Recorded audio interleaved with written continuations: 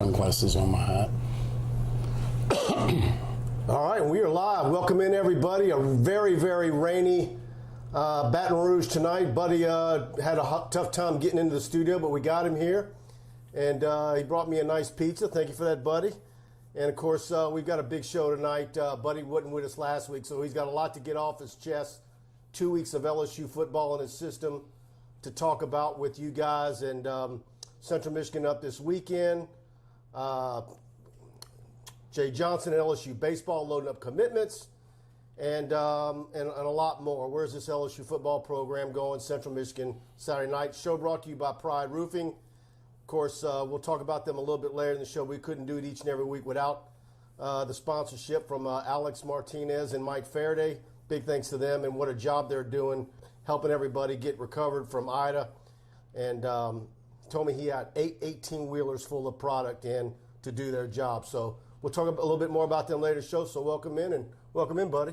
Good to see you, Mike. And right out of the gate, it's been a couple of weeks. I kind of missed this show last week. I was dealing with some gallstones. If you know anything about the gallbladder, it's not that much fun. I thought Mike did a great job, but did miss not being on this show.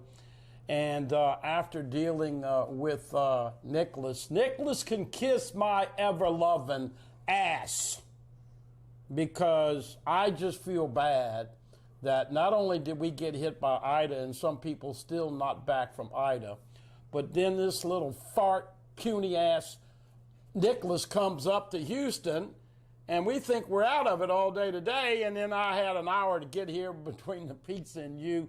So I'm a little spicy. I'm not going to hold anything back. I feel bad for the people in Kenilworth, all the people that have flooded, all the people that are out at LSU and Riverbend and all that. I understand how it is. And along those lines, you know, Mike, I've said this many times, when there are hurricanes and tropical storms, it always has an impact on the LSU football season. Now, Katrina in 2005, had to move the first game to AZ State, played the only Monday night game ever against Tennessee, and we know they still won and had 11-2. Also had Rita. Let's pray to God that we don't have another hurricane that year, 16 years ago. But it got everybody out of whack. We did not see the last 2 weeks, and I'm going to admit to you, I was clueless. I thought they'd be better. I thought they'd be a well-oiled machine with a lot of talent. And we're going to talk about coaches. We're going to talk about pride. We're going to talk about this LSU football team. But first and foremost, I want to, give our regrets and condolences, and certainly we feel your pain. So I got a lot of frustration, even though I came out of it pretty good. And that hour I just had getting out there, it's minimal compared to what people are doing. But we live in South Louisiana, and we know about that. And you know what else we know about? And that's good football. And right now, I think there's a lot of frustration when you talk about the hurricanes and the flooding and the lack of preparation, the lack of coaching, and the lack of execution, and the lack of pride that you've seen in the first 2 weeks. So I'm going to be a little spicy tonight if it's okay. Harold Hibbert, 2 storms later, hello. Welcome into the show. Kevin Bubba Dunn, LSU baseball is absolutely loaded. Guys, a friend that Buddy referred me to, a scout, I'm not going to say his name, but it's amazing what we're seeing what Jay Johnson is doing. He's doing these baseball camps every weekend where it's limited to 20, a group of 20, and he's doing another one this weekend, and it's a who's who of of high school prospects from across the country, and it's a huge recruiting tool. We've never seen anything like it. And we saw a handful of commitments yesterday for the coming years. Another kid from West Monroe. Brian Lazar's got a big update on our message board, Tiger Den Premium message board. And Josh Pearson's little brother, John Pearson. Yeah. Excellent bloodlines. Good baseball player. So it's phenomenal the work he's doing. He's just grinding and grinding. It ain't going to take LSU baseball no time. I mean, there's some people who think they're going to Omaha next year. I don't know about that. But they're going to be very good next year, and I think probably 2-3 years it's going to be lights out. And I don't think anybody's is out hustling him right now. Yeah, I got to be honest with you, man. I had him on yesterday, And when you listen back to the tape, he just reminds you of these guys that A, are focused, B, every little attention to detail, C, a people person, looks people in the eye, cares about those players. I said, Coach, how do you recruit so well when you hadn't even been here? And he talked about his philosophy and what he sells. And man, LSU baseball, we're going to get into handling success and what two coaches at LSU have been able to do it, and nobody else has. But Jay Johnson is a winner, and for your baseball fans, let me just tell you this. As bad as Tiger Stadium is going to be this year in atmosphere, that's how good, diametrically opposite, the box is going to be rocking this year. Yeah, and then, okay, so we get that. I didn't even get a chance. Did you get to digest the new baseball schedule? I looked a little bit at it. The SEC is at the back end. They got some tough road trips. I didn't get to look at it too closely. I know that was released this afternoon. And what is it? They got the big tournament in Houston, right? Yeah. And I know a lot of people like to go to that one. I know Kenny Haynes is going to that one with his wife, lovely wife Brenda. He usually goes to that one. But yeah, it's and then we saw footage, early in the week or late last week, Mulkey at practice pushing the ball up the floor. Oh, yeah. I mean, it's fun watching these new coaches doing what they're doing. What do those two coaches have in common? They are Scott Woodward hires. And I'll just give Coach O a quick message tonight. Do you want this job? Do you care? Do you really care? Because they're not going to pay you $20 million to go bye-bye. That's not going to happen. Two coaches at LSU were able to sustain success and continue to stay hungry. Nick Saban, who won one here, set up Les for his first one and has won 6 more. And Skip Bertman, who won 5. He didn't stop at the first one or two. You are spicy tonight. Huh? You are getting spicy. I'm just telling you the reality of it. Yeah, no, I'm with you. Paul Maneri didn't handle it well, wasn't even recruiting and had health issues. Les Miles, we know about his story. And now Coach O, falling in to another situation where you get content. You got a fat contract, and look what's happened in the last year and a half. You better have the screaming Reds and get ready to get those guys in shape, because if you don't take care of business Saturday night and against Mississippi State, that's it. Then, I'm not saying it's it. I'm just saying that there are going to be repercussions. I don't know how it will happen. But do you agree with me that 8-4 is you got to reach there, right? At this point, I'm just trying to see if they can get a win this Saturday. Right, but when you talk about the next 2 games, if you don't win these next 2, how can you get to 8-4? No, you can't. You can't.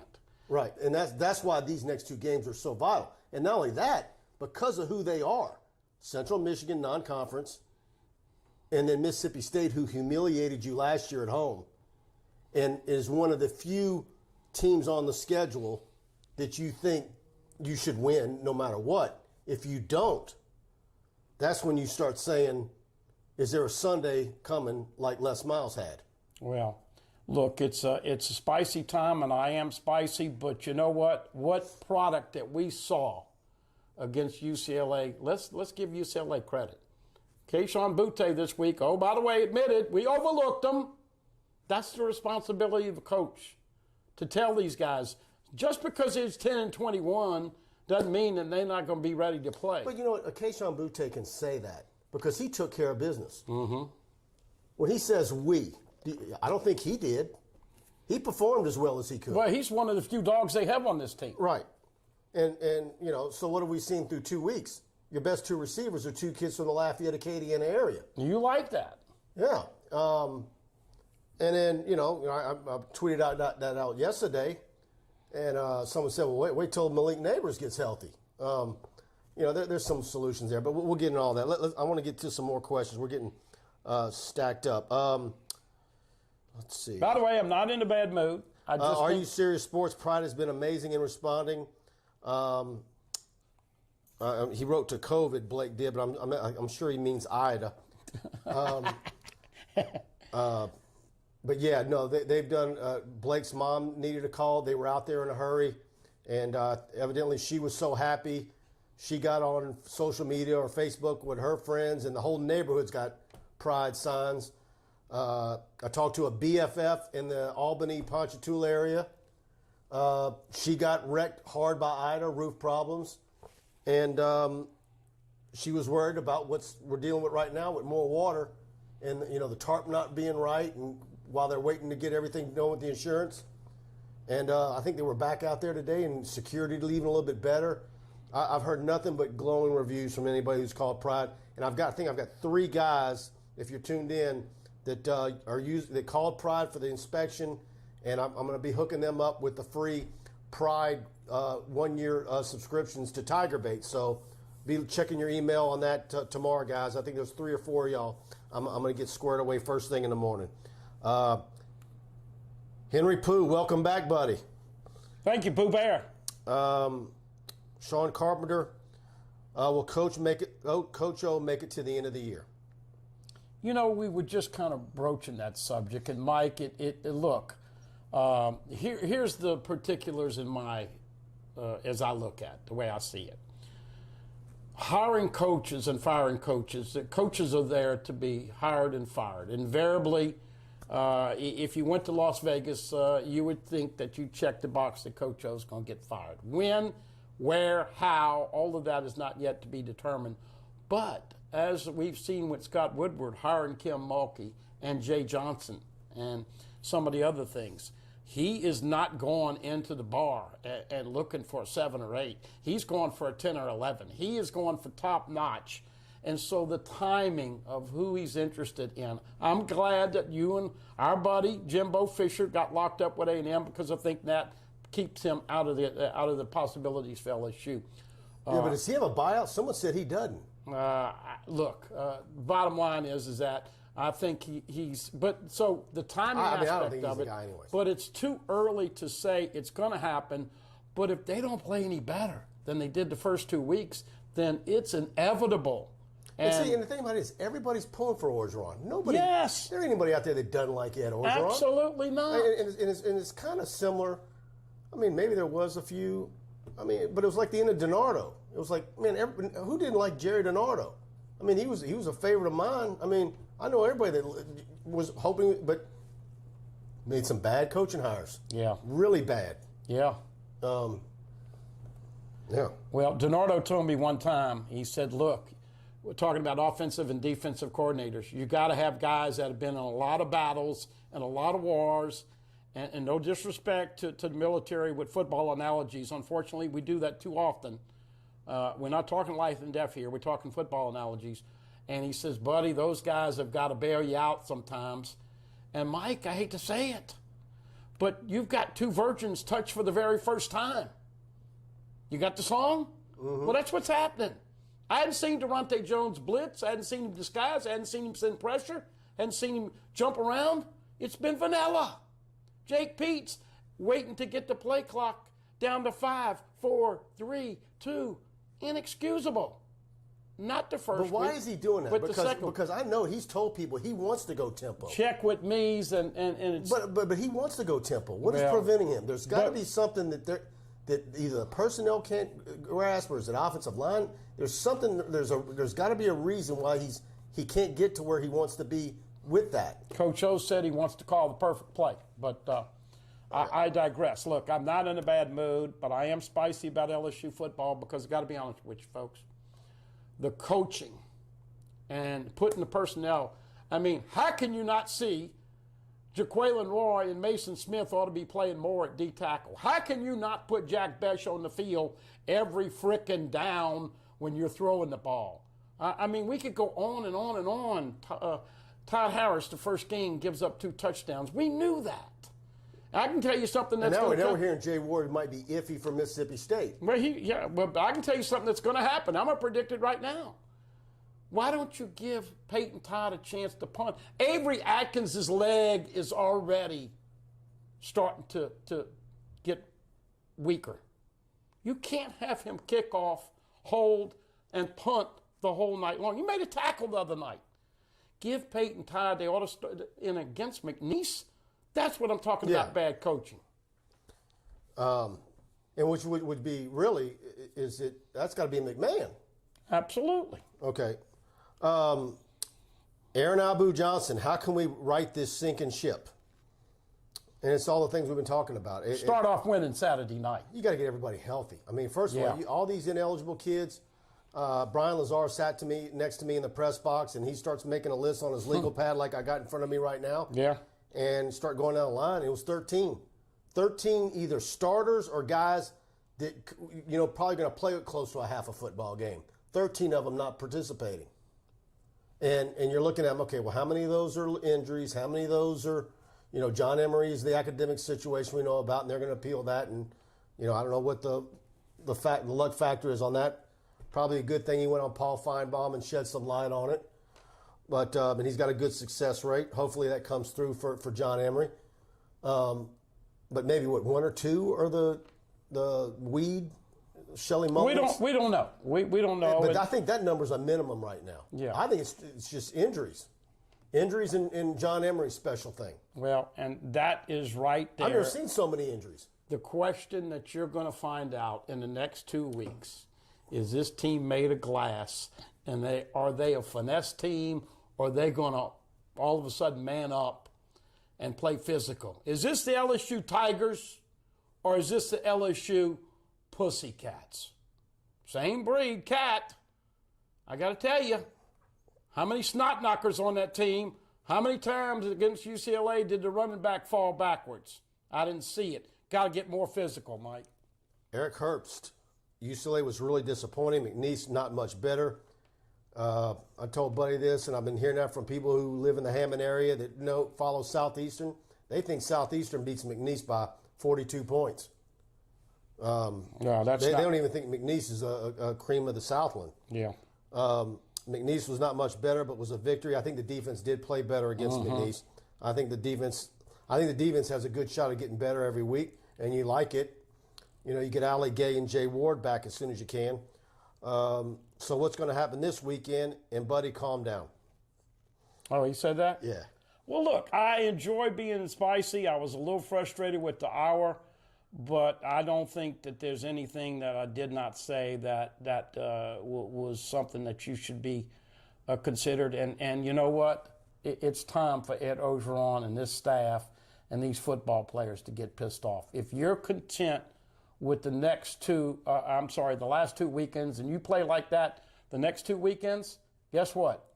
It's going to even get spicier, and the seat is going to get hotter. We got a lot. Let me fly through these. Dane Bergeron, Preston had Marcus Reynolds on last night. He had some great insight on how to improve the offense. That was a good show. Let's go 1 week at a time, gents. This is Mo Funky Danu. Tell us how to listen to your daily radio show, Buddy. By the way, Mo Funky Danu is a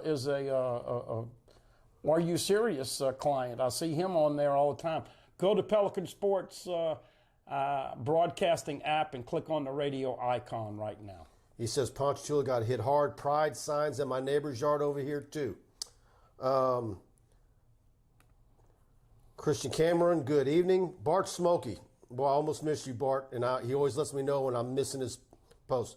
What is the deal with all the injuries? Seems like everyone wants to take a game or two off.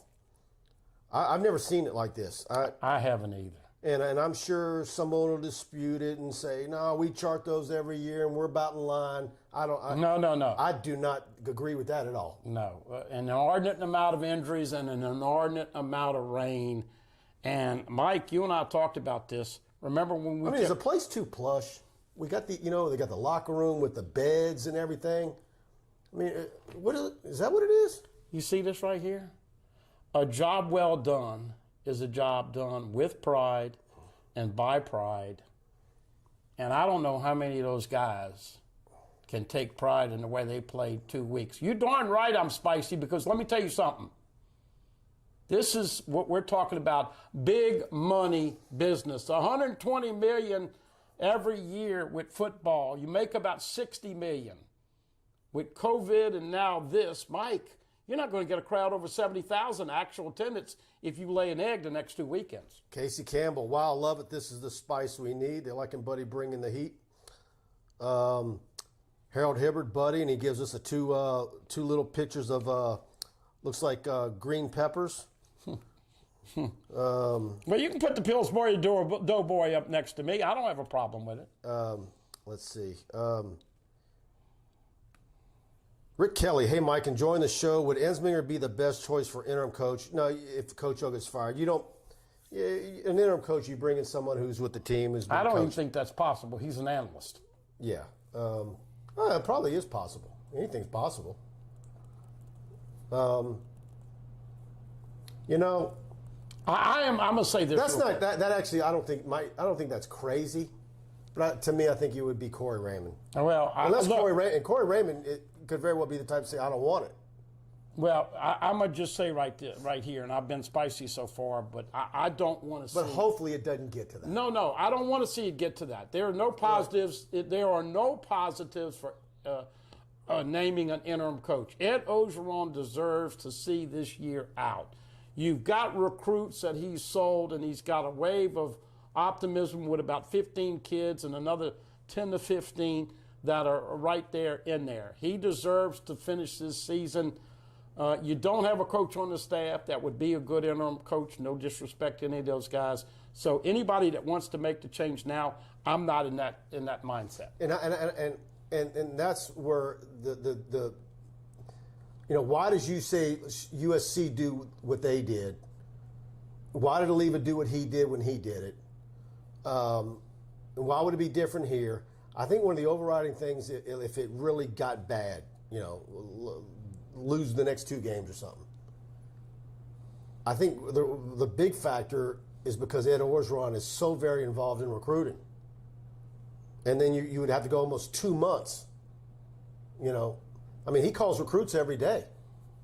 I went and see Le'Veon Moss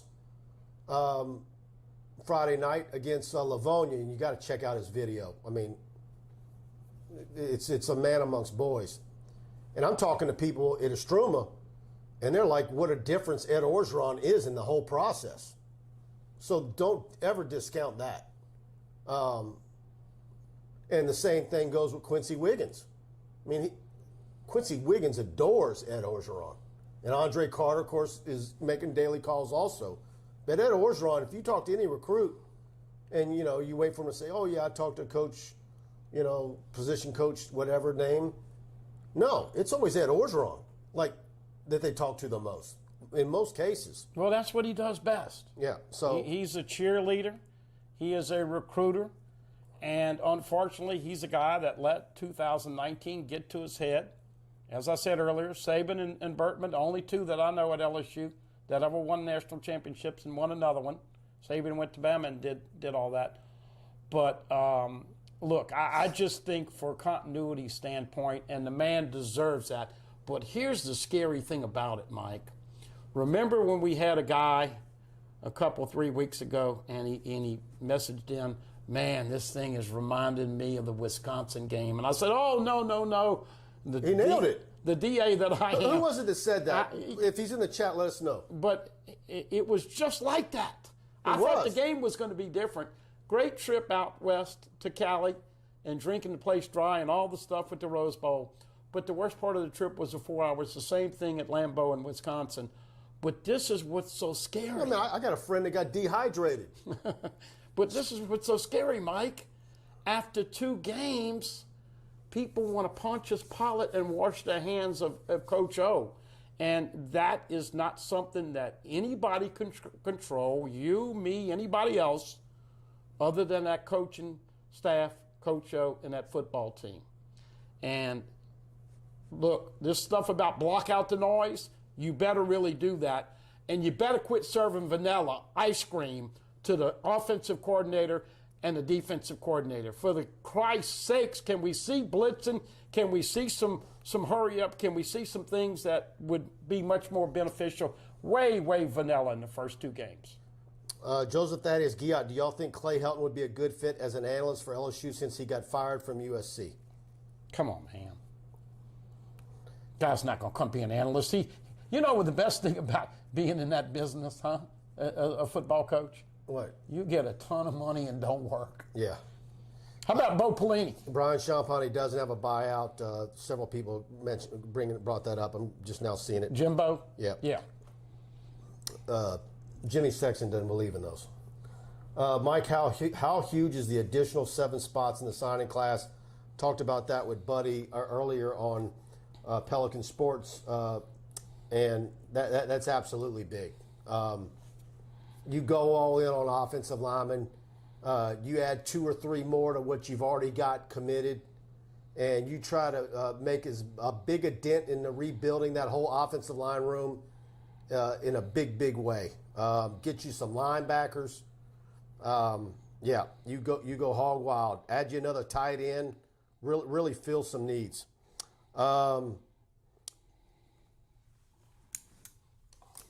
Bart Smokey, Jordy, and Matt don't like O. Look, and we're not making this. I hope Bart and other people don't realize this is not what's been going on other shows where we're hitting O below the belt and saying fire him and this and that. I am calling into question how he's handled success. You only recruited 2 O-linemen last year. You know that's been a weak spot. You got a lot of guys that look like me with the fat pockets on the side. I mean, do you see a finely conditioned team? Do you see an incredibly fast team? I see guys that look a little heavy, especially at the line of scrimmage. And, I mean, tell me one thing right now, other than Cade York and Keyshawn Butte and maybe Eli Ricks and maybe Cam Lewis when he came in, but who's playing up to their capability right now? You can count them on one hand almost. Mike Smith, Mike, is there one local talk show host that does not like Coach O? Mike, there is one local talk show host that does not like Coach O, and it's starting to get personal now with him. We're not getting personal. We're talking football, X's and O's. Well, I brought that up last week. Some of the things that I've heard, and it's not just one, it's been multiple. And look, I don't have any problem. If you think it's you want to get talk about what's on the football field and and break it down and think it's never going to get turned around, you got a right to voice your opinion. People have a right to turn it off. You don't have to listen. But they're sounding like they talk more personal. But when you start talking about personal stuff and using words that do not apply to describe what's going on in the personal life, to me, that's when you've crossed the line. And most people can see right through it. And I'm not naming names, but Chad Michael, that's a lot of buyouts to break free from with O. Who are you going to get to calm down this fan base? Well, that's something I brought up last week, and it's, on one hand we're saying you don't want to you want Orgeron to turn around, but that's what you do on these shows, you bulletin boards and your show. People want to start speculating, and who could you get? One thing for sure, first of all, you've got an athletic director that any football coach in America would want to work for. Look who he's hired already. It's a whole different ball game if you've got Scott Woodward calling you versus Joe Oliva calling you. And the list of possible names to choose from, if you think back to 2015-16, it was bad. When one thing we do in these websites is we create hot boards. As soon as a coach gets fired, and there's like a template that all the websites on networks use. You got to put out a hot board, list names, why they make sense, why they don't make sense.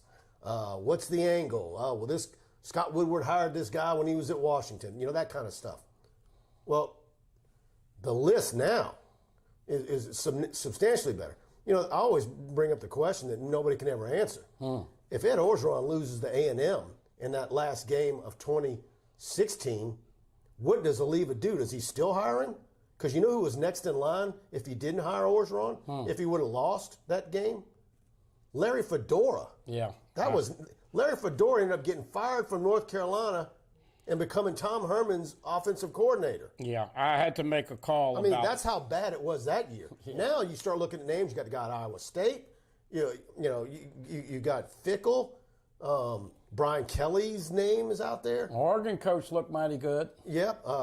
Cristobal would be at the top of the list for most people. Does Urban Meyer pull a Nick Saban and say, I made a mistake in the NFL, I want to go back to college? Too early. That's what they're hoping at USC. Yeah, but he already said today he's not interested in that job. It's too early. Come on. He's had one game at Jacksonville. They're trying to get him back to college. I'm watching a couple of sites that they're dropping Joe Brady's name everywhere. He don't want to coach in college. He's an NFL guy. He does not want to recruit.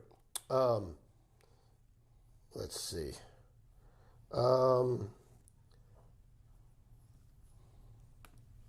Camino Ortego, it's coaching and it's definitely not the talent. I think there are some holes talent-wise, but definitely on the offensive line. You can say you've got new coaches. I don't think Brad Davis coming in June was a very positive thing for continuity. The injuries, 13 missing players. Yeah. Do you remember a few years ago when LSU only lost 1 or 2 or 3 players for the whole year? Do you realize, folks, what's happened? Glenn Logan messes up a foot, Miles Brennan. I mean, it's been on and on. We hadn't seen Sage Ryan yet, one of the highly touted guys, a big get over Alabama. Hadn't seen 15. Neither one of the 15s have played yet. And who knows if Brennan's coming back late. Hope to see Sage Ryan at some point in the next week or two. Malik Neighbors, the star of the fall camp, plays much bigger than 6'1.5", 190. Hadn't played yet. Jay Ward delivers one big blow. Boom. He's out. We thought it was concussion. It's the shoulder. Cam Wire got some leaky knees, and they're hurting, so he's out again. You got Xavier Hill at left tackle. Of course, Ingram's going to play. Shanahan's going to play. Chasen Hines is back this week at right guard. But still, Anthony Bradford and Dellinger have been banged up. Now you're probably going to have Deculus 50-50, which means Charles Turner is at right tackle. I mean, that is the eyesore of the whole team. The quality depth, and I'm so disappointed. I mean, you want the running backs to get uncorked, but how can they get uncorked with that? I'm so disappointed in Marcus Dumerville and some of these other guys. We thought Cordell Thomas and Thomas Perry were going to both be good-time, big-time players, and they've been hurt and have never been in the mix. Kimo Macanoli is probably a year away, but a lot of people think that from a technical standpoint, he's going to be good. Just got to get bigger and strong and get some experience. But that O-line. I mean, but when you start talking about numbers, and when you say, okay, well, look at all the numbers. No, there's multiple guys that you basically have to act like they don't exist. Yeah. You just got to recruit right over them. And several of them you've been recruiting over for 2 years already anyways. So, and I'm not naming names. But guys want to talk about Pride Roofing. We talk about them each and every week. We couldn't do this show without them. Mike Faraday, Alex Martinez. Seen several guys talk about how they've seen Pride Roofing. I've got multiple friends who have used them, and it's been outstanding. Give them a call, 855-PRIDE-16. And look, they're like everybody else. Everybody else on the North Shore, Tangi, Slidell, Hammond, Ponchatoula, you name it, Mandeville, Madisonville. They're like Franklinton, wherever. They're Amy, like everybody else, fighting utilities, phone problems. If you can't get them at 855-PRIDE-16, definitely call 225-275-2041. Tammy answers that phone during business hours, and she will take care of you. And if you can't get them that way, email me, Mike@TigerBait.com, and I'll make sure they call you. And but Pride, I talked to Mike earlier this afternoon. They have doubled their force in all the Florida parishes, North Shore, in a big way. 8 18-wheelers full of shingles, materials that they need. He told me that they redid a couple of roofs on Southeastern's campus, the business building, and another finance building. I think probably a bunch of y'all saw them out there working if you're in the Hammond area.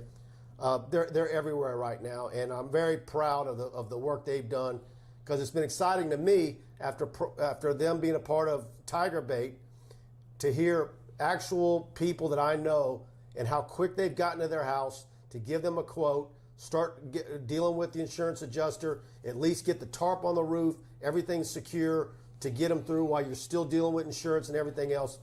Give Mike and Alex a call at Pride Roofing. If you tell them you heard about them on TigerBait, they're going to give you the free quote, the free roof inspection, and they're going to pay for you to have TigerBait free for a year.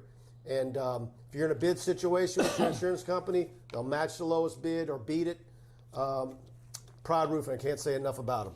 Job well done is a job done with pride and by Pride Roofing. Oh, by the way, enough shingles for 160 houses. You talked about the 18-wheelers with the plywood, with the tarps. I got a testimonial from Mike. You know, Laplace really got hammered by Ida. And the guy sends in there and he goes, I'm sure you remember me, but oh, by the way, guess what, Mike? I'm the only guy on the whole street that didn't lose any shingles from Ida. Now, Laplace took a direct hit. That's the kind of quality work. They care, and when we say they take great pride, it really is. Besides the fact that they're conscientious, community involved, and they do it all.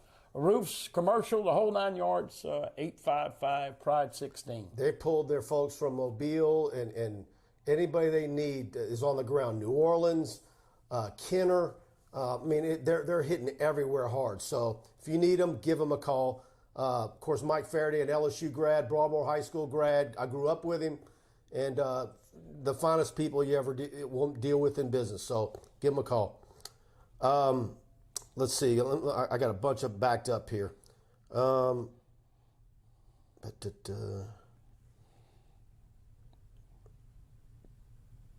Don't make me call you Jake Peets now. Get the play in. Oh, I'm absolutely. 5, 4, 3. You're about to waste a timeout. Let's see. I'm scrolling down.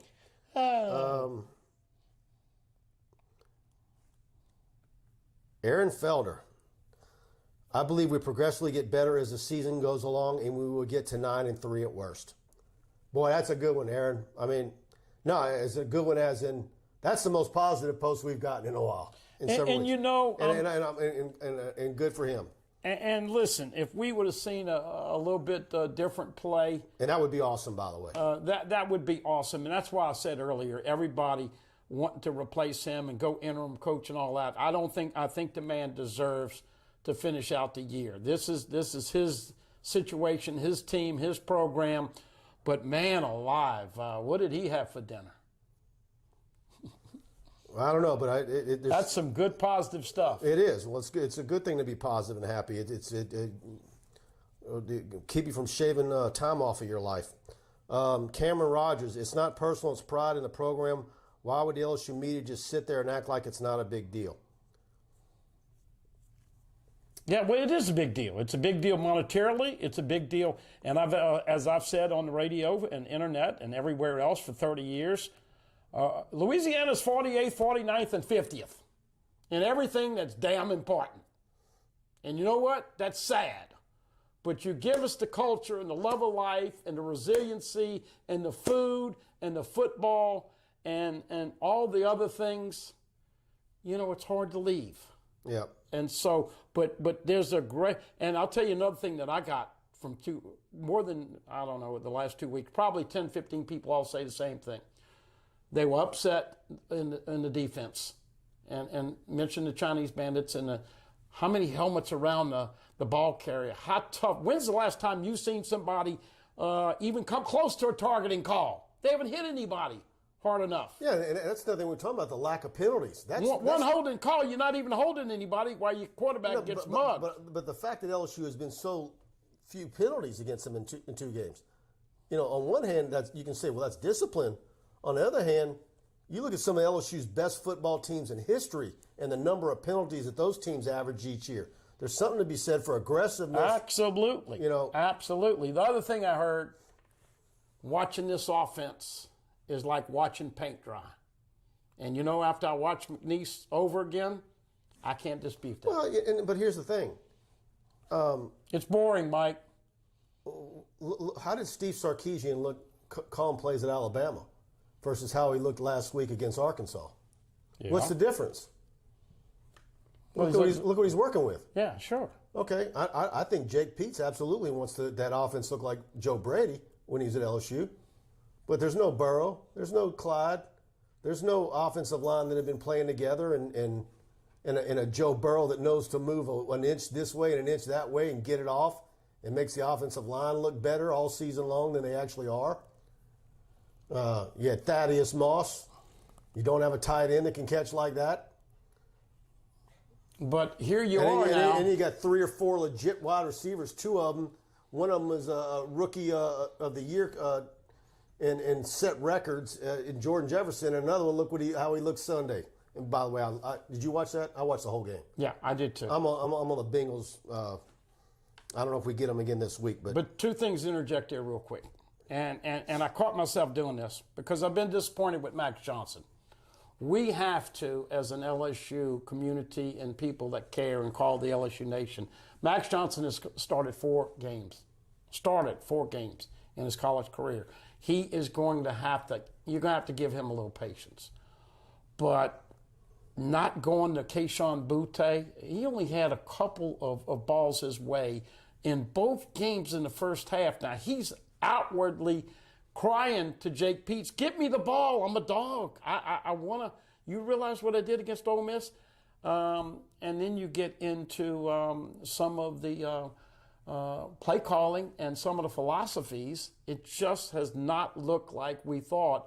But here's why people, and you were just talking about the difference between 19 and right now. Don't they reload every year? Hadn't LSU been top 5, top 6, top 7, top 4 recruiting? Yeah. But you know where they're not? Offensive line. And that's what the Sabans of the world do. You got to build the foundation of the house with those big uglies. But I've been doing recruiting shows with you for 20-something years now. Yeah. All right, so what have I been saying almost every year for the last how many? Where I say on your show, don't pay attention. You know, because one thing, recruiting rankings, team rankings on whatever network you're going to follow their team rankings, it doesn't factor in your needs. And skilled people get higher ratings. And Louisiana always has great skilled people. And they get higher ratings. And so LSU is always going to have a top-rated recruiting class. If it's not top 5, you know, what have we had, like one outside the top 10 in a decade? Yeah. And it was like 11 or 12? Yeah. Depending on where you looked. But to me, it's like the goal ought to be where you're talking 5-6 years from now or at the end of a decade where you can look back and say, you know what? LSU's in the discussion to be OLU. You're not just DBU, wide receiver U. You know, and you look around the NFL and look at the receivers in the NFL over the years, DBs, of course. You know, you're about to have a slew of defensive linemen. Got some crazy good linebackers in the NFL from LSU. You need to be OLU. Well, you just put Kevin Mawai in the Hall of Fame, and now you just put Alan one here, Faneca. one there. And as I say that, and you're going to put Andrew Whitworth. But I say that too. And all in the Hall of Fame. And I'll go back to something. Preston had a good show with Will Blackwell last week. And Will Blackwell brought up a good point. If you look at even at the top tier teams that are in the playoffs every year, you know, there might be 1 or 2 NFL offensive linemen on those offensive lines. Right. And except Bama. Bama does. But you don't need every single one of those guys on your offensive line to be early round NFL draft picks. Sure. You need very good SEC caliber offensive linemen, and maybe a couple of them are definite NFL Sunday guys. And so I agree with Will on that as well. But the key is you got to sign numbers. You can't go a year where you only sign 1 or 2. Yeah. You got to sign 4 or 5 every year. Because when you miss on one or a kid doesn't pan out, you can absorb it. Look at Tristan Lee. Cost James Craig his job, and of course most people thought he was leaning to LSU, and then inexplicably he signs with Clemson, doesn't tell anybody. Yeah, I mean, I'm like the Fathery kid. I did multiple stories on him from Texas. You know, and of course, that's a hard get. Jimbo's over in Texas A&M, but those are the kind of kids you do need to sometimes finish with, and that you don't get. Brad Davis deserves a little time to get this thing fixed. He walked into a pile of poop. Let me scroll down. We got a bunch to get to here. Dana Walker is watching. Glad to have you with us, Dana. American Patriot, when you have 2 tries to make 1 yard and fail against McNeese, it's going to be a long year. Mike Calico, there's only 1 guaranteed loss on the schedule, which is Alabama. LSU go anywhere from 3-9 to 10-2. No other team besides Bama on our schedule is a powerhouse, and no SEC team on our schedule is a guaranteed win. And after seeing the way Arkansas, look at the coaching job Sam Pittman has done at Arkansas. There is no guaranteed win. I agree, Mike. Kenyon Green is brought up by 337 Bo. Exactly. Alex Jr. 28. Does the offensive line weakness reflect the in-state offense? Yes, it does. And it's not just. It's look, when you have a year like this year, when you got Will Campbell and Emory Jones, who are national 100 guys. Will a 5-star. I think Emory, in my mind, should be a 5-star as well. And then you got Bo Bordelon, who's got a lot of promise at guard. He's now up to, saw him again Saturday on the sideline. He's 295, 300. He's a guy that's going to continue to mature and get bigger and stronger. Fitzgerald West, next year I went and looked at a kid that a few weeks ago, and long way to go. I'm not seeing where the offensive linemen are in Louisiana for the class of 23. So that's a year when you're talking about you need 4 or 5 guys and you got to get them all out of state. That's tricky. I would venture to say if Will Campbell and Emory Jones were at LSU on this 15th day of September 2021, I think Will Campbell would be starting at left tackle Saturday night, and I think that there would be a high probability of that road grader and that physical. This is what bothers me about the makeup of the team. I don't see the physical nature where you can line up and push people back. So far, LSU's getting pushed back this way and not doing any nudging on the offensive line.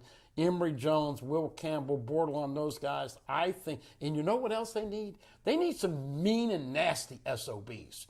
Tell me one guy on the offensive line that you wouldn't want to fool with in an alley. Tell me one guy that's playing. I wouldn't want to fool with any of them. They're all huge. But you understand what I'm saying? You got to play with fire. You got to play with pride, and you got to play a little nasty. LSU's too soft and too nice right now. Excuse me, guys.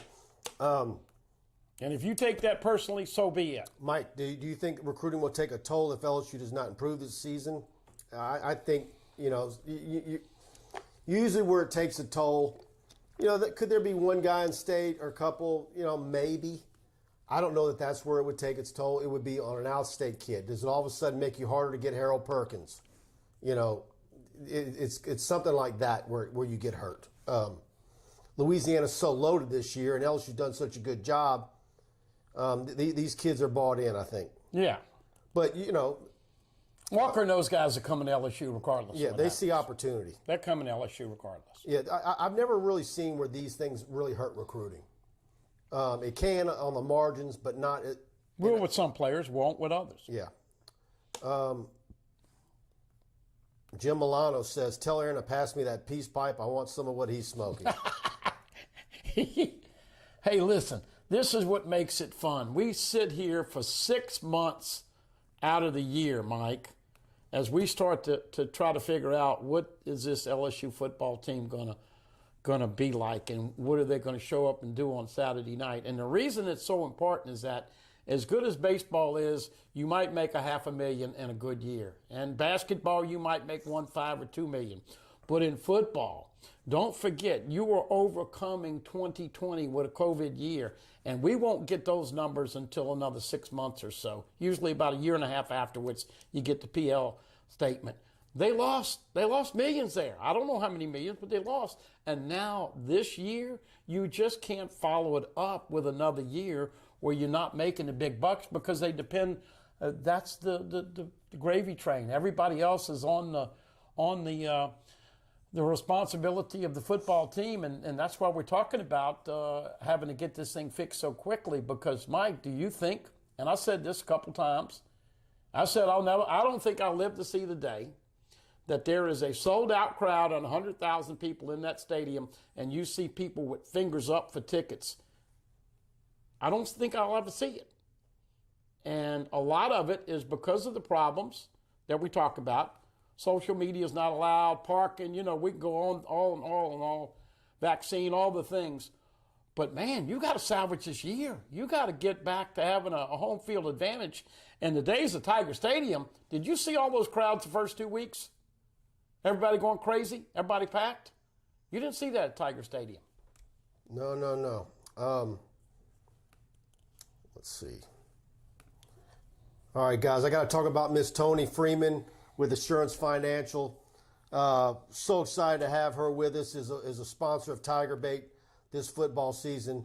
If you're thinking of buying a home or refinancing your current mortgage but haven't found a lender you can trust, let me tell you about Tony Freeman with Assurance Financial in Baton Rouge.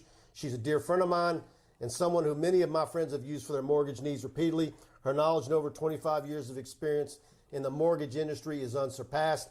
Tony offers a wide range of knowledge of home loan products, whether you're a first-time home buyer, ready to buy a new home, or you just want to explore your refinance options. Tony can guide you through your next mortgage experience. You can feel confident you're making the best financial decision with Tony as your guide. Not only is Tony a huge LSU fan, but Assurance Financial is a proud partner of LSU Athletics. Call Tony today, 225-239-7150. Again, that's 225-239-7150. And tell her you heard about her on TigerBait.com. NMLS number 104765. Equal housing opportunity 70876. And congrats to Tony. She was one of the top 5 earners whatever their rankings are at Assurance last month. She's doing the work, burning the midnight oil. And so congrats to her. Absolutely one of the best people you can deal with. Always happy. Just love Tony to death. So give her a call. She is a tiger. Let's see what we got. I got a bunch of comments to get to you guys. Come in here. We're going to keep in here. I went through an hour of hell getting here, so we're going to keep in here tonight about an hour and a half. We're going to go an hour and a half tonight. Oh, that's right. You got Mark Moses is throwing a little wrench in here. He says the O-line needs to improve, but this team has the players to get a lot better. Miles needs to come back as soon as possible. Do you think Miles Brennan would be different? Listen, I'm not going to lie to you. I am disappointed that the way Max has played the two games this year versus last year. Last year he sat, he watched, he observed, he came in, he played pressure-free, and played loose, played with poise, 8 touchdowns, 1 INT, protected the ball, made quick decisions, and used his feet, and obviously had a great relationship with Keyshawn Butte, as evidenced by the 300-plus yards against Ole Miss. Came back to win that game 53-48. I don't know how many games it would take LSU in the SEC to score 53 this year, but I got to see a bunch of important changes that would have to be implemented for that to happen. But Miles Brennan has more trouble scrambling, pocket presence, and escapability than Max Johnson. So I'm going to respectfully disagree and say that Miles has a better arm, but Miles is not the answer when you have an offensive line that continuously chows down on Swiss cheese. Guys, do me a favor. If you're on YouTube, if you haven't already subscribed, please hit the subscribe button if you're enjoying the show. As you can see, we load videos up every day, player interviews, recruiting stuff, you name it, Orgeron press conferences. We've got it all for you on our TigerBait YouTube channel. So hit the subscribe button there. If you like the show, hit the like button, and hit the notification bell. Every time we go live, you'll get an alert immediately to your phone. A lot of people are loving when I go live during pregame warm-ups at a high school stadium. I do that everywhere I go, and Preston will do it as well. We're getting a lot of hits on those. People are loving me showing the guys get some work done before they kick off, and then I'll shut that down and I'll film the video game and I'll load that up to TigerBait for you. So we were out at Livonia Friday night, Strum at Livonia, and the video I shot of Le'Veon Moss Friday night, it's every time I see him, he's a man amongst boys. He reminds me of Derek Stingley in the fact that every time I saw Stingley play, I just felt like he's got to be bored. It's just so easy. Like every time he touches the ball, he's almost taking it to the house. And so I really can't wait to see. I got a couple more opportunities to see him this season, and I'm looking forward to it. And I think LSU is in the driver's seat for Le'Veon Moss. You know, another thing I've watching a lot of college football games in the last 2 weeks, and we talked about this today on the radio, Mike. Wouldn't you say LSU historically has been in the top 10 with their running back by committee? Four guys that can all play. You can go back to all the years. I'm so upset that LSU's so freaking mediocre at running back this year. Arkansas guys are running with pad level and falling forward. Ole Miss has got, I mean, everybody's got running backs, and you got poor TDP, who's battled injuries. You got Emory, who's too immature to take care of business in the classroom and put himself behind the 8 ball, and now is not eligible and needs a trick shot to get eligible again. You got Corey Kiner, who got into the end zone for his score. You got Armani Goodwin. How bad luck in that? 22 yards on your first carry, and you tweak the ankle again. You got Josh Williams, a guy who earned a scholarship because of what he did at the end of the year. And now you got Trey Bradford back, who left LSU, went to Oklahoma, and has come back. Now it all makes a lot of sense. As you were telling me about Emory, they've been knowing a while. So he's got to catch the ball and utilize his speed. But Le'Veon Moss is another guy. Hey, wouldn't Le'Veon Moss be playing at LSU? I guarantee you he'd be in the top 4 running backs with his speed and his body. You bring up Corey Kiner. He made me laugh on Twitter last night. He said he had been begging his mama for a dog for almost 8-10 years, and he left for LSU, and she went and got a dog. Well, listen. Maybe I'm looking at Parker across the room. Maybe I need to let Parker go hang out with Corey Kiner for a few days, and But my point is this, Mike. Running back historically has been a very big-time position. I want to see more of Armani Goodwin. Well, yeah, but he's been hurt. I mean, they can't get a break with these injuries. Malik Neighbors, Sage Ryan, you can go on and on and on. I went through the list on the air the other day. And so this team has had a lot of bad luck, but you know what? Overcoming adversity. You know you're in trouble when you're seeing the end arounds and when you're trying to make runs that way. More, you see that one too many times. It's usually a position of strength. This year, it's a position of mediocrity. And the thing about it is, I do think there's talent there. Absolutely. Between injuries and that offensive line. Timbo could help the offensive line considerably. We have had those guys sitting in a squat stance for 20 to 30 seconds while we check with me to the sideline, and their legs are probably burnt. That's a good point, Aaron. Yeah, I got that same message a couple times on Sunday, and listen, folks, I don't like to watch games with people because I go through a bunch of games and boom, boom, boom. I'm constantly looking at different plays and going back. But man, it is so frustrating, A, to see a boring offense, B, to see a vanilla offense, C, to see the play calls come in so late. And I'm telling you, this 5-4-3, you're sitting there going, snap it, and Max is walking up to the center, he's doing this, he's doing that. You got to do better, but here's the problem. If you're a coach, you don't tell everybody on Monday or Tuesday, we're going to go hurry up.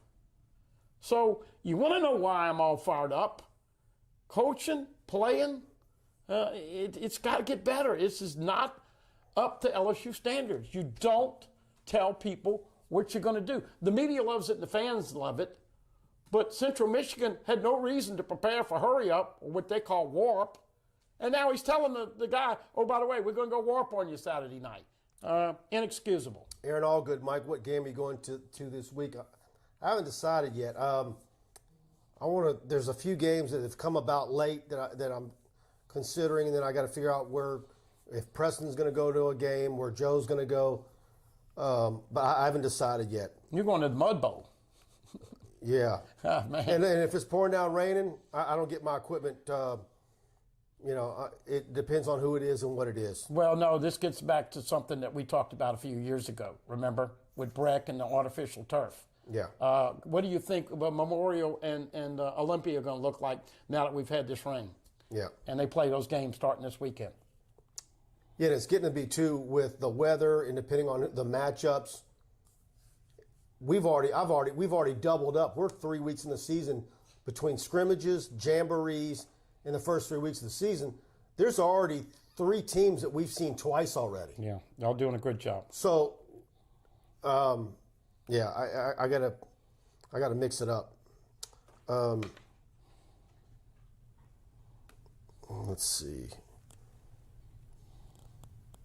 I got to scroll up because Dane says he sent me a bunch of comments and I must have missed them. By the way, Mason Smith, 3 sacks. Great to see big number 0. Hey, man, you got to have some kahunas when you play.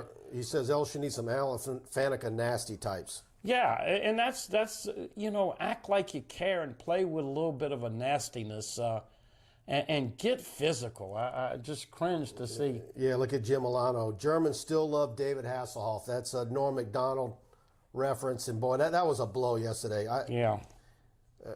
Everybody, a bunch of my friends there love Norm Macdonald. You don't even want to know how many hours of Norm Macdonald on YouTube I watch late at night sometimes. One of the funniest men ever. Yeah. I've seen different clips, and I used to always love him. He's just smart. Really, really sharp. But someone on Twitter made a comment like, that is so Norm Macdonald to go 9-10 years with cancer and not tell anybody. Yeah. That's absolutely him. Sure. Kenneth Haynes, LSU never huddles, but never snaps the ball quickly. Slowest HUNH on the planet. That's a hurry up, no huddle offense. There you go.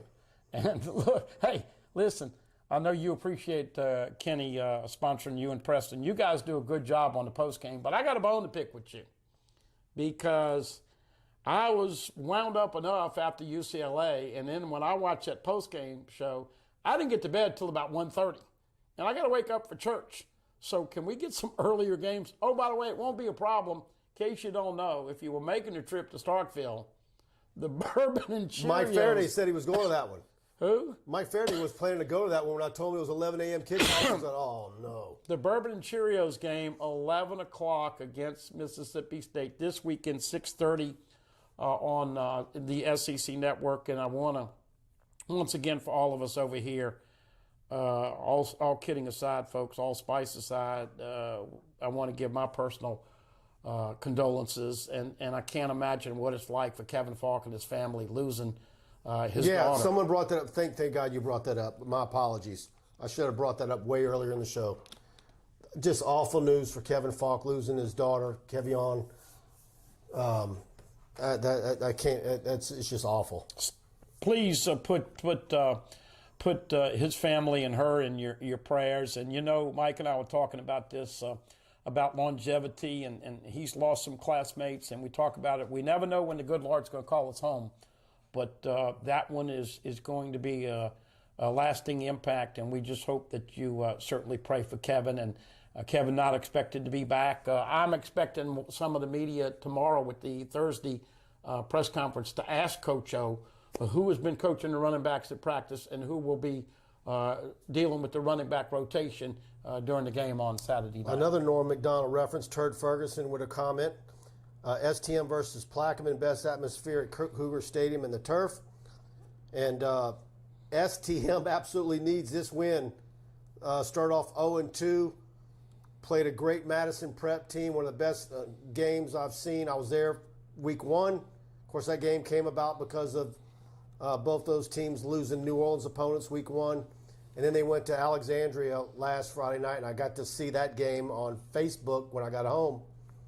And Walker played 2 good games and 2 losses, got some drops, but the defense, Alexandria's got a damn good football team. I don't see anybody beating Alexandria. They barely, they went to the lost to Acadiana in the state championship last year. Alexandria, boy, how excited they're going to be in that area of the state. I think they said it's been since the 1960s since there's been a state champion high school football team in the Alexandria area. So this is they probably got the highest odds of any team in their classification. Catholic High with a 20-0 shutout over Acadiana. Who's going to beat Catholic? That shocked me. And U-High, Andy Martin and the Cubs with the Osberries and of course some other. Dylan Moses' brother, U-High looks like they've got some talent, man. Yep. So, and the thing about it is STM's 0-2, and they're playing games that you enjoy watching. They want to get in the win column, but, they get Plaquemine this week who, they've got a good team. And then STM goes to Neville next week. Well, the schedule. But everybody knew this was going to be a tough year for Walker with him losing most of his good receivers. And didn't they have one of his ace receivers get hurt right before the year? He collarbone, but he was back. He's back. Okay, well. But then he had a tight end that was missing week 1 with an illness. But he was back for Alexandria. But Ash is loaded. Absolutely. Thank you, Christian, for the super chat. Very much appreciative. And he says, LSU has recruited some of the best talent for years. How come we can't develop and reload like Bama? That's an easy answer. Yeah. LSU gets their rankings with skill players. They signed two offensive linemen last year. Bama signed 5, and they were all either 4 stars or 5 stars. We talked about SEC, and Blackwell was talking about SEC players, and you only have to have 1 or 2. Look at Alabama, the way they recruited. They recruit better in the trenches, especially in the offensive line. This is what happens. LSU's got the skilled people. I'll go back to Alex Leatherwood. Yeah. See him at a camp, a regional camp. Big number 70, left tackle. He was a man amongst boys, and he hadn't committed yet, but he ends up at Alabama. Mm-hmm. Who's the biggest beast of a lineman I've seen the last 2 years? Emory Jones? Jaheim Otis from Mississippi last year. Oh, yeah, that's right. Goes to Alabama. Commits to Alabama. Mm-hmm. He was at LSU last year for a visit, or 2 years ago. Yeah. Monster. Absolute monster. And that's the difference. There's nothing but monsters. One by one, down the line. And Coach O specifically. Orgeron 2 summers ago. Exactly. He had an unbelievable defensive line group. It's like, and I think he had Jaquel Roy, Jacobian, and an incredible group. But who was the biggest standout physically? I'm trying to remember the kid's name. Another kid from Mississippi that went to Alabama. Yeah. Well, but this was what I was going to interject. Coach O said early on, and I think it was one of the games where they got shut out. Might have been a 10-0 shutout. Remember, they played them tough. And he said, we got to recruit 4 and 5 stars at the line of scrimmage to compete against the Alabamas. And when you only bring in 2, and I think Chemo's got good potential. And we like Garrett Dellinger a lot.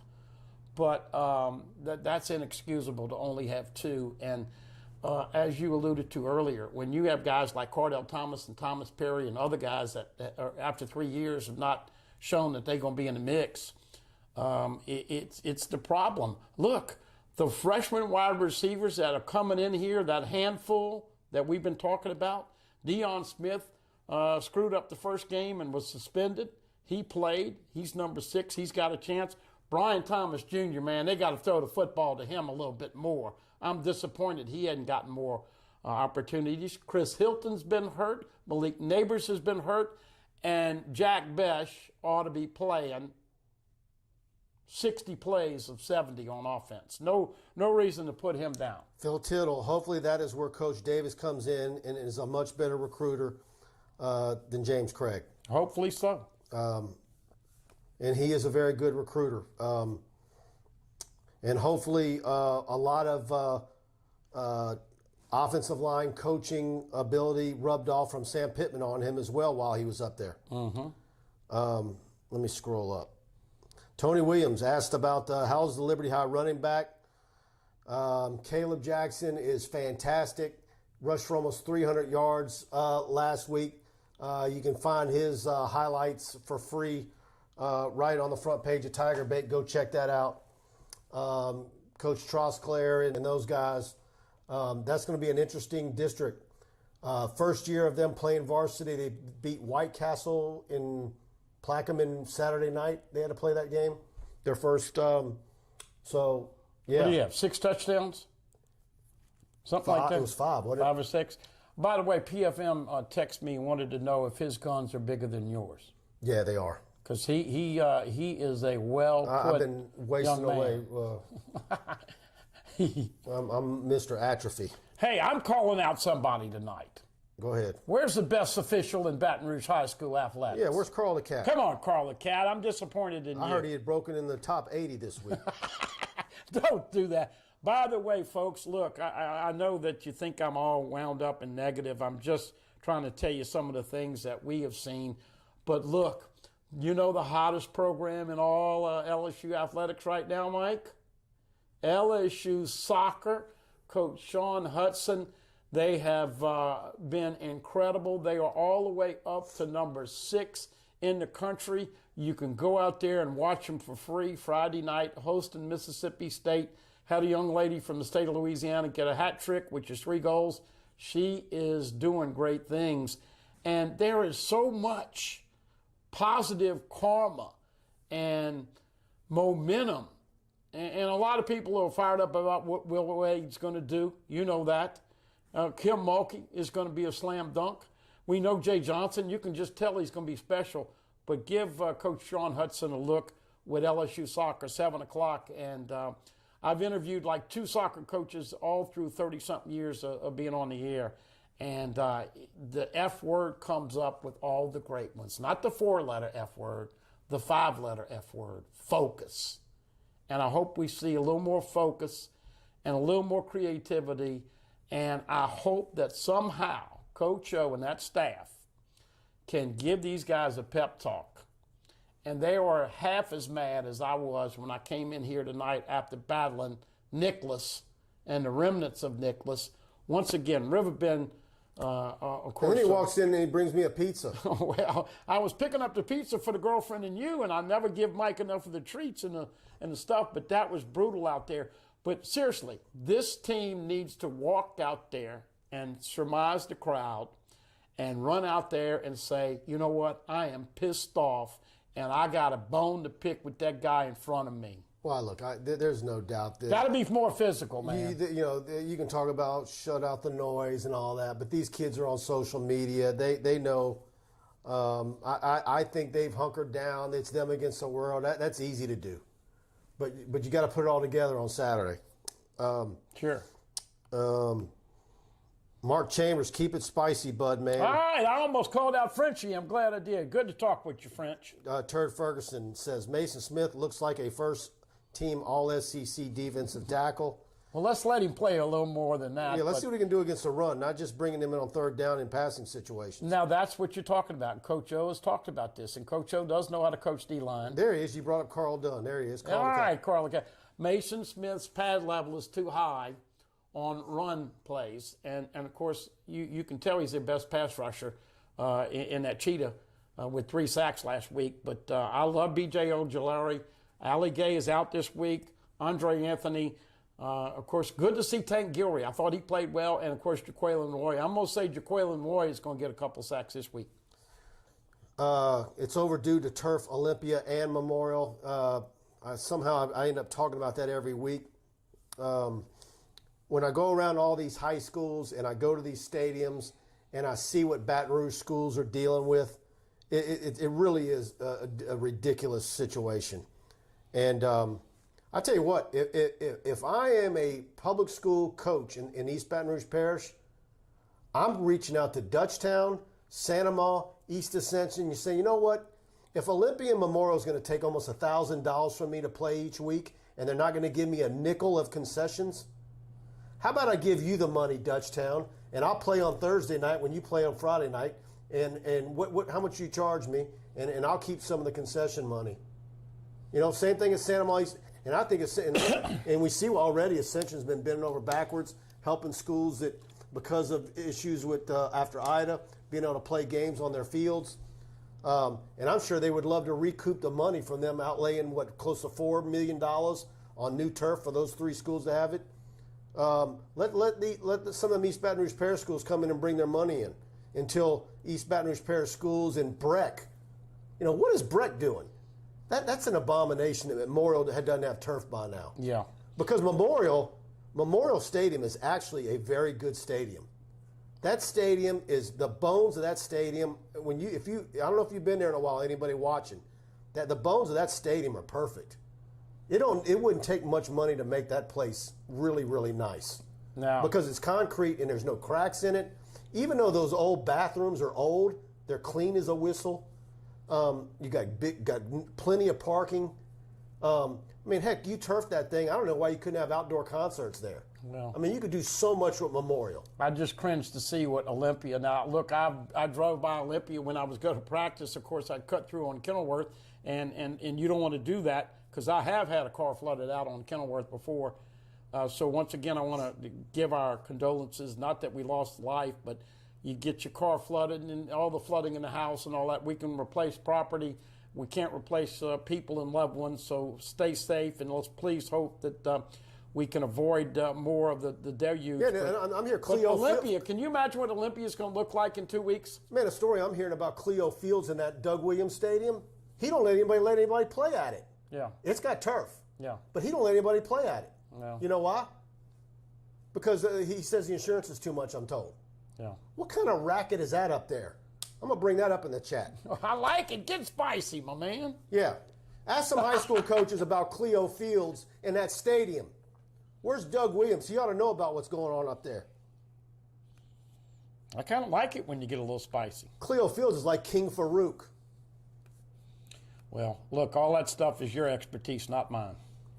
That ain't my expertise, but I've heard enough high school coaches bitch and complain about it. Something needs to be done. We were plus 20. Where's anybody at the Advocate writing about this crap? We were plus 20 I'm inches. just a recruiting guy, and I notice it. I was just going to say we were plus 20 inches of rain over normal a couple weeks ago. We've got to be getting close to plus 30 inches when this is all done with Nicholas. And it just doesn't make any sense when you're going to play. They're going to play Friday night at Olympia and Friday night at Memorial, and have 2 more weeks of deluge, and you got an unsafe playing surface moving forward. Glenn Thomas, Mike, is a Pride Roofing deal still in play following Audi? It is. They're keeping that rolling. Call Pride Roofing. Tell them you heard about them on TigerBait. Them come out and see what roofing damage you need, give you a free inspection, give you a quote, deal with your insurance adjuster, whether you deal with them or not. If someone comes in lower, the fact that you called them and said TigerBait and they came out, and they're going to pay for you to have free TigerBait for a year. Absolutely. Carl the Cat, by the way, since you've come in here, hey, hope you are doing well and hope that you were able to. Look, Rick Kelly in St. Tammany, they're all getting turf. Yeah. But East Baton Rouge. Woodlawn has a beautiful stadium. They built a brand new high school almost 20 years ago. Why did they put turf on it then? You do everything nice but that. Talk to Carl the Cat. It's a mud hole. Carl the Cat might be able to move some buildings and mountains with high school. Liberty, of course, they didn't know they were going to get. They didn't know they were going to add football. It was going to be like Baton Rouge High. But they last minute they bring in football, and it's a good thing they did. And now they got a good football team. Dre Trosclair is going to build something there, I believe. So, but they had that big field in the back. They could have put a brand new stadium there. Mm-hmm. Everything else is state of the art. Estruma's got a nice football stadium, no turf. Beautiful gym. They remodeled that gym. That's one of the most beautiful gyms you'll see with all that old brick at Estruma. Just some of the decisions just don't make. It's like that library downtown. I've been spicy enough. I don't need to be going off in areas. Who uses that library downtown? Looks like something from, the Smithsonian. All right, guys, let's see what we got here. How long do you think we've been going? Hour and 20. Because you cheated. No. We're at hour and 18. Okay. We're going to hour 30, so we got 12 more minutes. So all right, we're going to go 12 more minutes, guys. These people need to get their money's worth, Mike. Yeah, Tony, EA got new turf. Lamar Williams, because none football people are making the decision. And that's a shame, Lamar. Madison Prep. I think Madison Prep, it was talking about, I've heard several things about Madison Prep wanting to buy the Doug, what is it called, Louisiana, what's the name for that owns the stadium? The Doug Williams Stadium, what's the name of it, Louisiana, whatever? State Commission, I don't know. Yeah, whatever it is. They offered to buy it, or they found something. I've heard that Madison Prep would pay for Estruma to play, because Madison Prep can almost walk to Estruma, that they would pay for them to have turf and share the stadium. There's so many things that you can do that don't get done. And I feel sorry for a lot of these East Baton Rouge Parish public school coaches. They're hamstrung by a lot of these bureaucrats. And they want to do right by these kids. I see high schools that don't have blocking sleds. And it's stuff like that why you wonder why the public-private thing doesn't come back together. Let's see. Let me scroll down. Yeah, it does, Dame Bergeron. It starts with school boards. They're all filled with idiots. Gregory Price, the NFL can help, but you need NFL lumps to join up and get it done. Yeah, I mean, look, you go to New Orleans, of course, we know what happened with Katrina, and they got, Marshall Faulk put in some money somewhere. FEMA money came in, and they got all the stadiums turf. But you don't want a natural disaster to be the reason why everything gets brand new.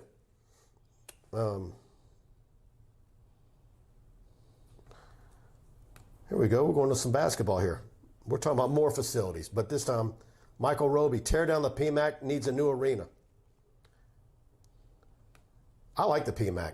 I think it's clean as a whistle. You can eat off the floor in there. New scoreboard is beautiful. New seats. Everything's new. You don't have suites. I think that's the key right there. But is there a demand for suites? Well, I think invariably you hope that there will be a demand for suites. But listen, there's been a lot of discussion. And Will Wade, that was one of the sticking points with him and Joe Oliva. Of course, they didn't really fry fish together anyway.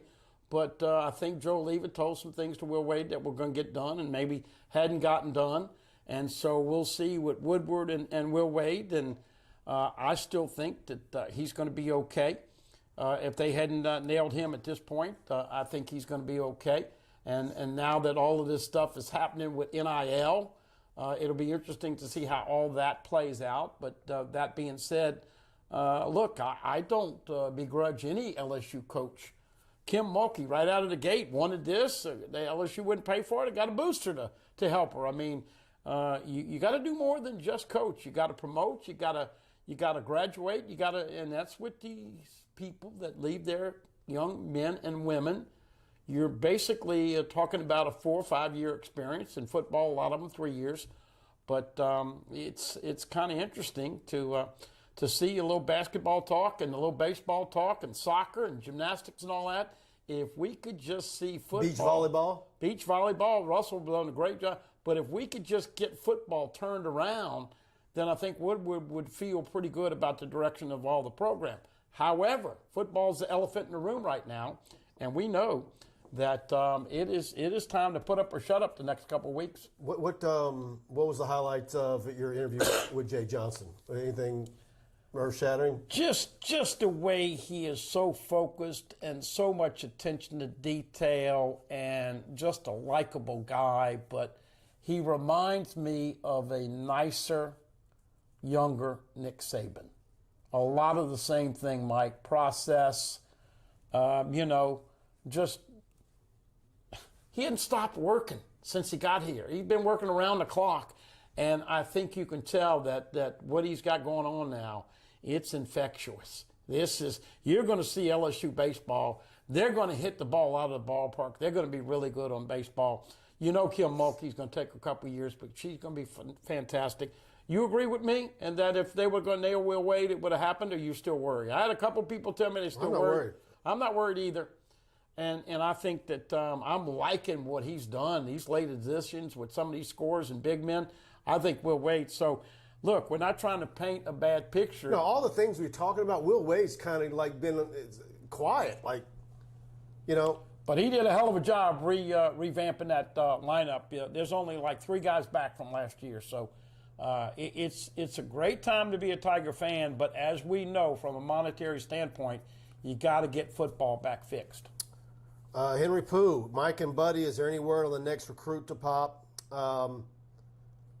I don't know that there's anybody getting close, although Quincy Wiggins kind of flirted a little bit on Twitter the other night, and I think LSU is in a great spot with him. Le'Veon Moss might not be far behind. Of course, then we're waiting to see what's going to happen with Shaz Preston down the line, Kendrick Law, and some others. But I like where LSU's at with the 2 Baton Rouge kids that are out there right now. Well, what are we at? 3 months away. This is September 15th, so October, November, December 15th. So we're 3 months away from the early signing period. And this is just my take. This is your expertise. But I don't see there's any reason for somebody to verbally commit right now. You got NIL, and you might get an offer to go play someplace, and a guy might say, I'm going to give you $750,000 for you to be a whatever.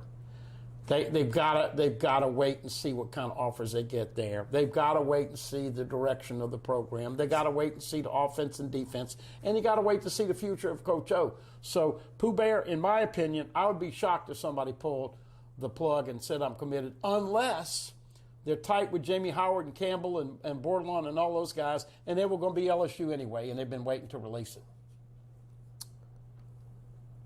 Paul Escine. PFM. Can we move 33 or 2 to running back? No. It is. Did you notice that, Mike, how mediocre LSU's been at running back? UCLA, Brown, and Charbonnet would be starting over anybody LSU's got at running back. Their safety would be starting at running back. Their offensive line. I mean, we just have to call a spade right now. UCLA was better on tape and on that particular day. But if they had played last week, same thing would have happened. Kenny Haynes, see you Saturday night. Mike, I'm with Buddy. The earlier the better. We're talking about the post-game show. Of course, Kenny Haynes sponsors our post-game show every Saturday night. And he's the official attorney of TigerBait.com. Come on, PFM. Corey Moore and Trey Palmer are not running backs. You know that. Trey Palmer's a receiver, and he's just getting his feet wet. And Corey Moore has been banged up with an ankle, so he wouldn't be doing much good with a bad ankle. Turd Ferguson, I'm so glad Glenn Guilbeau is leaving the Advertiser. He was the worst beat writer. And he's outkicked his coverage. Can you go to Outkick? Yeah. Okay. LSU fans should thank me for that. Okay. Hey, you're buddies with Double G now. Him and I are oil and water, but you love him. I referred, I got Glenn the interview. Okay. Might have to be helping me out with an interview real soon. Come on, Jake. Paul Escon says only Glenn Guilbeau thinks Will Wade is getting nailed.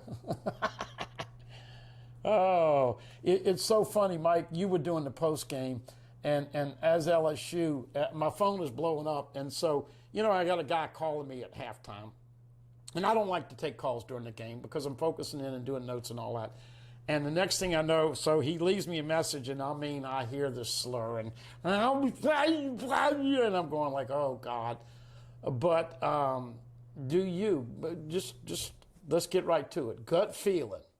Does LSU turn this thing around and play the kind of football we expected them to play in the first 2 weeks, or is this going to be a struggle on Saturday night? Saturday night, they could very well take care of business. I don't know if there's going to be style points.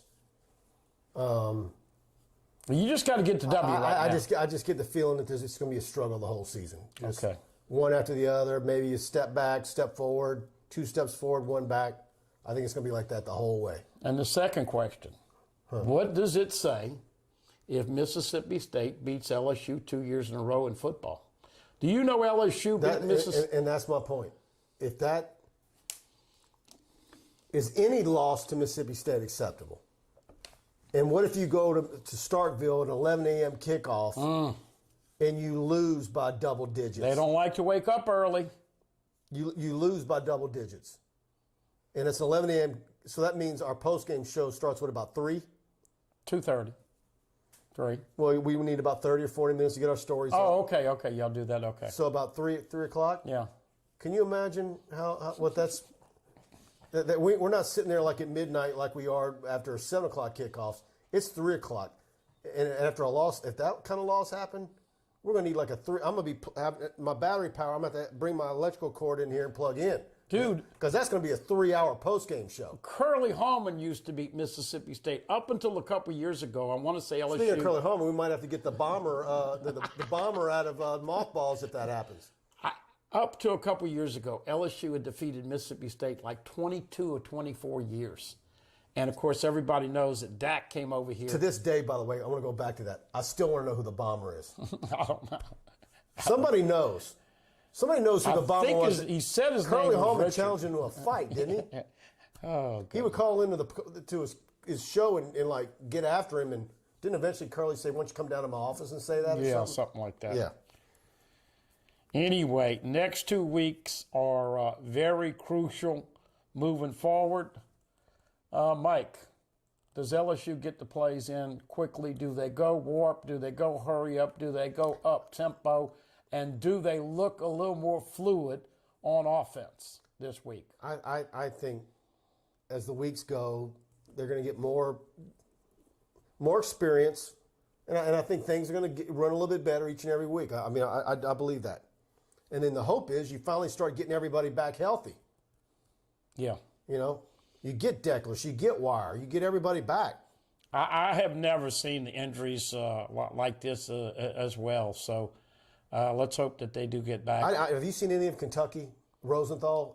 I see he's playing a little bit. I mean, he's starting at left tackle, and they like him a lot. They got a good football team. That is not going to be an easy game up there. I mean, nobody talks about that anymore. What a blow that was.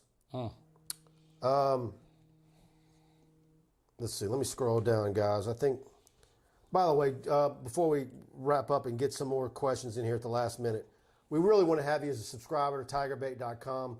Go to the website after the show, subscribe. As always, I say choose the annual package. When you do that, it's less expensive. You basically get 3 months free when you choose the annual. We load the site up. I'm on the message boards day and night. Got Brian posted a baseball recruiting update earlier today. Interacting day and night. We do our live in-game live chats and all the recruiting stuff. And you get our newsletters, our text alerts for breaking news. We got all for you at TigerBait. And if we really want to have you as a part of our TigerBait community on TigerBait.com. So go subscribe if you're not already with us. I see a bunch of you guys are with us, and much thanks to those of you who are our subscribers. Hey, my last question to you, because I've gotten this a bunch here, and it's kind of a spicy question in this regards. Listen, I was very disappointed with Max Johnson and the way he's played this year. I thought he was going to pick up like he did last year and do all the things that made him very popular after the 2 wins and the comeback at Florida and then the shootout with Ole Miss. I think Max Johnson is going to play appreciably better. I like what Aaron said and others said. This sitting in the squat stance and waiting for the check with me's and all that BS on offense, they have got to blow that up. It's just not working. On the other hand, I'm getting the question, and this is kind of touchy. The kid's only started 4 games. You've got to let him get experience. But as you know, at LSU and other places, the backup quarterback's always more popular. So my question to you is, does Max play better, or do you think we'll see Nussmeier again in this game? I'm excited to see Nuss when he played last week. But did I see anything out of Nussmeier that said, oh, yeah, he should be starting ahead of Max? No, I didn't see it. But I would like to see him keep getting opportunities, you know.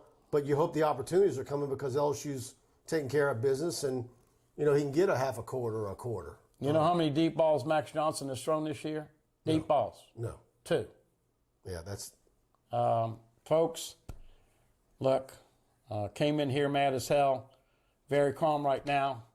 What you saw the last 2 weeks is not what you pay good money for to go to, whether it's Tradition Fund, whether it's the suites, whatever. It's not living up to the standard. And I think that little did any of us in the LSU family or nation ever think that we'd be saying Central Michigan and Mississippi State are must-win situations. This DA right here had LSU coming out of the gate 5-0, and we've already seen that blown up. But 1 week at a time, and I will say this, all kidding aside, this is not when the fans can let the team down. Those guys need you. They need you to go to Tiger Stadium, whether you got to have 8 beers or 4 beers or whatever, man decide, whatever, but you can't quit on that team because they get an extra shot of adrenaline. And I also want to see the head man a little more involved on the headset. Almost did a Les Miles clap there.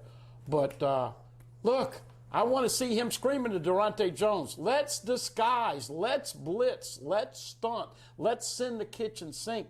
On the other hand, Jake Peetz, I don't think he is as bad as what we've seen. So Cade York, Keyshawn Butte, a handful of others. And oh, by the way, Avery Atkins, if you keep using him the way you are, in 2 or 3 weeks, he's going to have a leg injury or he's going to be limping. And that's where I can see it now. I agree with you. And this is what I've said several times in the recent weeks. There are some very, very good football coaches in that building. Mm-hmm. And they've got the injury factor. They've got a new faces factor. 6 new coaches. Yeah. I mean, so, yeah. But how do you stand up to pressure? Yeah, yeah.